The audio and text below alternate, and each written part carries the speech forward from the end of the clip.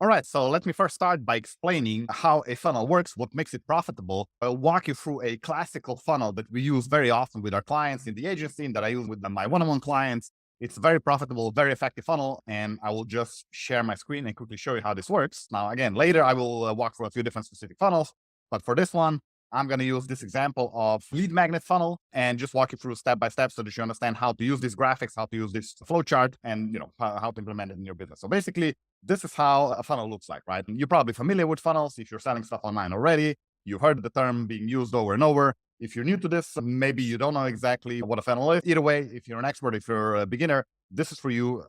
You're going to learn a lot from this. So what we have here is a classical lead magnet funnel. Okay. Most people, 99% of people get this completely wrong. They completely oversimplify. They skip steps. They miss steps. They don't even think about it. There could be additional steps that increase the profitability of the funnel. This funnel is designed to convert strangers into customers via a lead magnet. So first you convert the stranger into a lead, to your subscriber, to your email list.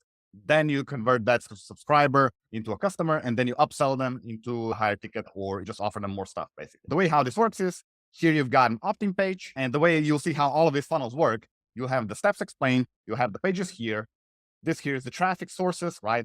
These are also the traffic sources. You've got your pages, you've got your emails, and then this yellow little sticky notes are explaining additional things about each step of the funnel. Mostly that's going to be about the pages and what to put on those pages and what the function of those pages are. So let's get into it a little bit more. Lead magnet funnel, this is how it works. So you are sending traffic to an opt-in page, right? This is where people opt in. This is where they give you their email address in exchange for a valuable freebie. And once they do that, they're taken to a what's called a thank you page or a confirmation page. But they're redirected to another page where you are already making them the offer. And that's, I'm not going to go through all of these sticky notes in detail in this walkover, but you will have this map so you can read it for yourself. But basically on this thank you page, you are already making them the next offer. So they downloaded something for free. Once they land on the confirmation page, you will thank them for downloading the thing for free, and you will let them know that if they want to take the next step, you've got just the right thing for them, right? So you're already making the pitch.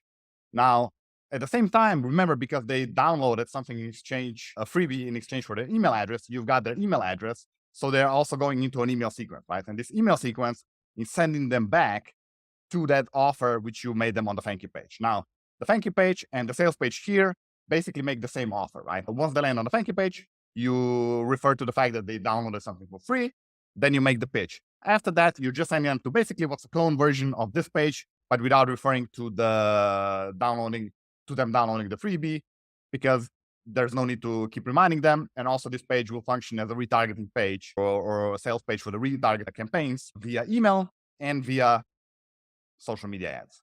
So that's basically the sales page. So here's where you would sell them what's called a tripwire, your initial paid offer, okay?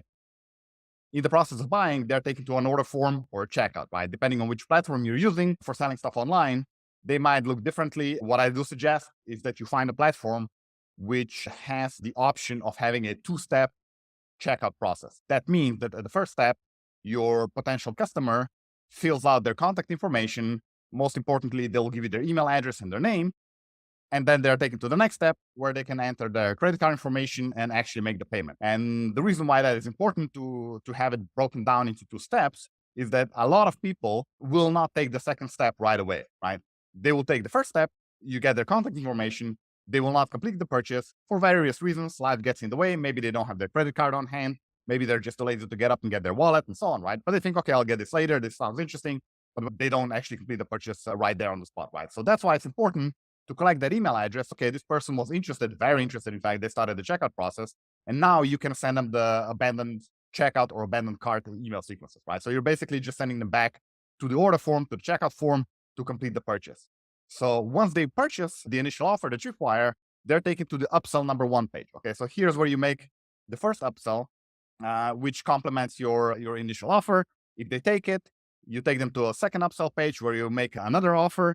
If they take it, then they land to the final thank you page, the final confirmation page. You do not want to go beyond two upsells because people start getting annoyed if you just keep offering more and more stuff, right? Typically, two upsells is the sweet spot. In addition to that, you can also add what's called an order bump to this checkout page where people can just pre-checkout, pre-payment, select a little checkbox and say, yep, I will also add this to my order. So this is how a funnel looks like. Again, You've got the sticky notes explaining more in detail every step of the way.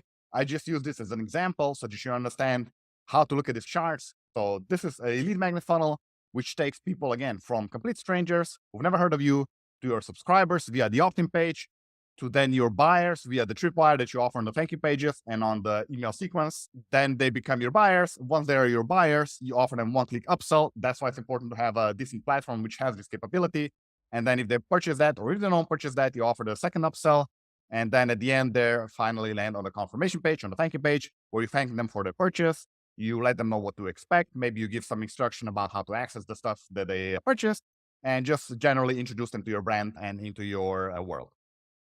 Okay, so that's it. That's how a funnel works. So we were now done with the first chapter or the first model of this course. The next one, now I'll explain why this type of funnels generate profits, right? So why is this funnel designed the way that it's designed with all of these steps? Why wouldn't you just have, let's say, an offer, let's say a course, a $300 course, put up a sales page and drive the traffic to the sales page, and it doesn't work? Why doesn't it work? Because of these three concepts that I have here, and this is what I'll explain next.